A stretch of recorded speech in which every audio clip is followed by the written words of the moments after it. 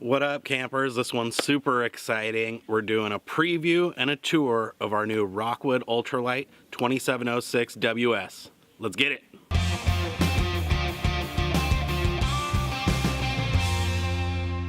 Welcome to Why We Work. This channel's all about appreciating life, and if that's something you're into, consider subscribing to our channel. So we wanted to do a tour of our new trailer. If you watched our channel at all, you saw that we had a big long trip in the hybrid, which we absolutely love hybrids and can't recommend them enough. We decided it was time to move over to the dark side. We're gonna have a whole video about why we went to the dark side and went from a hybrid to a full hard-sided trailer, so keep an eye out for that.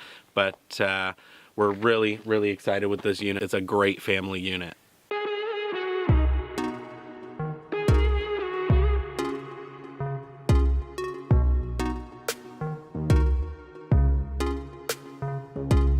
It's a 2706ws, and I think that means that the box is 28 feet roughly, but including the bumper and up to the tongue of the trailer, we're looking at 32 feet 11 inches, so a lot bigger than the 23.5 we had in the Jayco X23B. Okay, so just in terms of vital statistics, it's a lot bigger. 8844 is the gross vehicle weight rating. You can see that there in pounds. It's got two 4,000 pound axles, so it's got a bunch of cargo carrying capacity that's listed in kilograms there, so I have no idea what that actually means, but when it's all said and done, it adds up to this 8844. One of the reasons why we started with a hybrid was because we were severely constrained in what we could tow, but we upgraded our tow vehicle last year, and that gave us a lot more options to look at bigger units like this. Our gross vehicle weight rating and tow capacity on this thing is like 12,600 pounds, so at 8,800 fully loaded with full tanks and everything, this is right in the sweet spot, pulls it without a problem.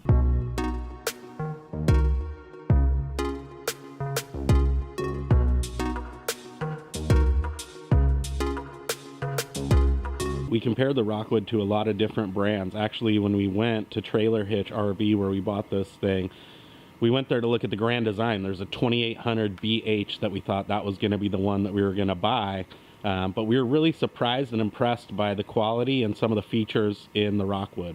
We also looked at a Cougar, and this one seemed a lot nicer, and again with some better features that were going to work better for us. Not that this is the best, 28-foot bunkhouse in the world, but it's the one I think that ticked the most boxes. Other killer advantage is look at the size of this slide out. That slide out is literally double the size of what it was in our hybrid. This one's a good 4 feet or so, I'd say, at least 3.5. And it makes a big difference on the inside, as you'll see. And even just having this second slide out, so this is another advantage of the Rockwood over some of the other brands. The Grand Design one is super nice, but you don't have as much storage, and so by having this closet that slides out, it really adds a ton of space for clothes and blankets and frees up your underbed and above bed storage to do other stuff with. And that's a huge feature that neither the Cougar that we looked at nor the Grand Design that we were interested in had.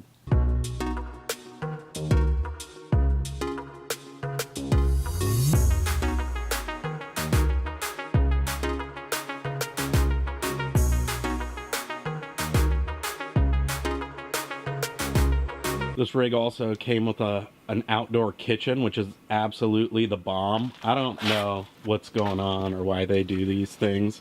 Let us know in the comments if you like these things. It's like the induction cooktop or whatever it is. I don't even really care about that thing.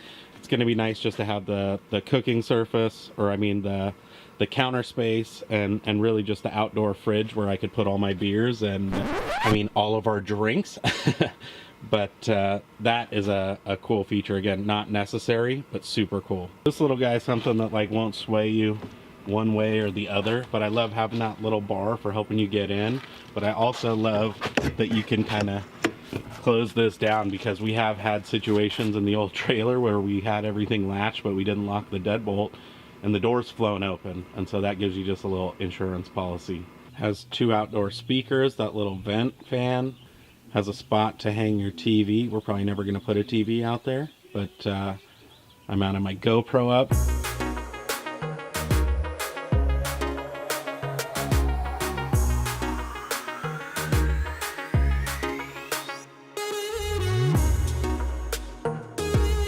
Now here's something that might actually be more of a make or break in terms of your purchase decision, but look at the size of this front storage. It has the, let me see if I can get you a shot down here, but it has a drop frame type setup. So you can see there's a second frame I-beam drop down under the main I-beam, and that's what enables them to open this thing up so big. So for us, this is huge.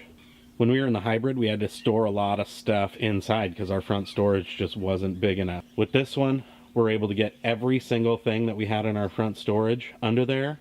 I was able to put our Blackstone in there, which we also had to keep inside the trailer in the old one. And all of our tools, sewer connections, it even has the new grill that came with the trailer, like an outdoor grill. Like 2 grills in there. All of our chairs, all of our chocks and leveling and all that stuff, all of our utilities, like our hoses and electrical cables and all that stuff, all fit in there, and we still got room for our floor jack and a couple other things, and easy up if we ever want to throw it in. We have flexibility if we want to bring more stuff, which is sweet. This front storage is a huge advantage of the Rockwood. Here's the storage from the other side, and as you can see, there's still a lot of daylight in there that could be filled up.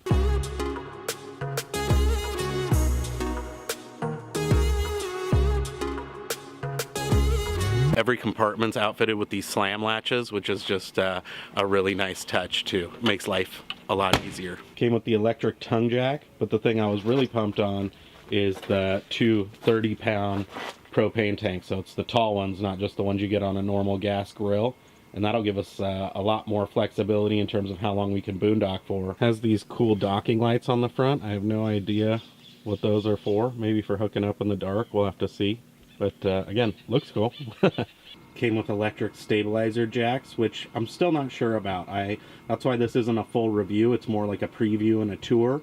But they work really well. The only thing I'm worried about is, you know, when you're boondocking, it's just more battery that you're using. It's another component to break versus a scissor jack, which is just all mechanical and easy to replace if it does break. And the other thing is you could put the JT strong arms on the scissor jacks and it made it super duper stable. So we'll have to see how the stability is in the trailer, and we'll report back on that once we have a better idea.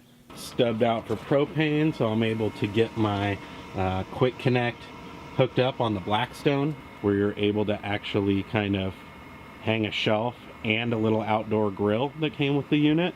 It's not true of all Rockwoods, but this one came with the MotorRide step above step. That on its own makes the trailer a lot more stable. When people are getting out, it's not like wrenching the whole trailer around, and really is a nice little upgrade to have. Came with a full-size spare, and it also has a ladder so that you can climb up there and clean your roof or add solar panels. The Rockwoods come with this Torflex torsion control axle. So far it seems okay. I'm also going to report back later on that one with a conclusion, but so far we've only ever had experience with leaf springs, and on the Jayco we had leafs and then that Equiflex kind of shackle system that gave you a little bit more independent movement on each tire, which we really liked and worked well. Supposedly these ones are better, but check back with us in 6 months and we'll let you know for sure. One con on the Rockwood is that it comes with the China Bomb tires. On our Jayco, we had the Goodyears, and that was a nice feature to come standard. I don't know why all these manufacturers aren't just doing that.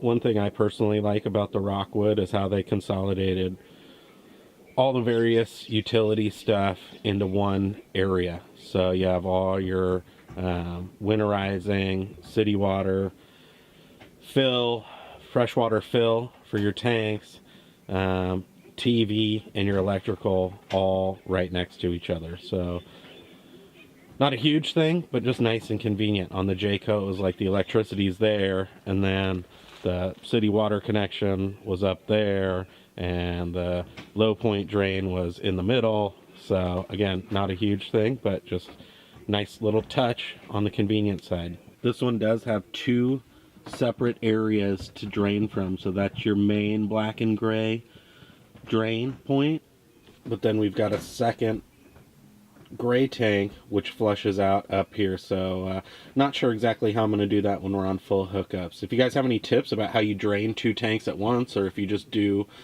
one and then the other, or if you use a Y connection, let us know in the comments. I'd be curious to know what the best operating procedure is on that. It is nice to have all that extra tank space, though, tell you what. And that's just the other main advantage of these Rockwoods, I think, especially in terms of upgrading. You know, it's about twice as much tank space. And so again, we want to do a lot more boondocking, a lot more road tripping, where we're not just, you know, the first couple years we spent going to a campground. You set up there and hang out for 4 or 5 days and then come home. But we want to do a lot more road tripping, a lot more boondocking. And so having all that extra tank space is going to be huge. I don't remember exactly what the counts are, but I'll put them up on the screen here. But it's like the black tank and the gray tank are just absolutely huge. It's just going to let us do more of the style of camping that we want to explore a little bit more.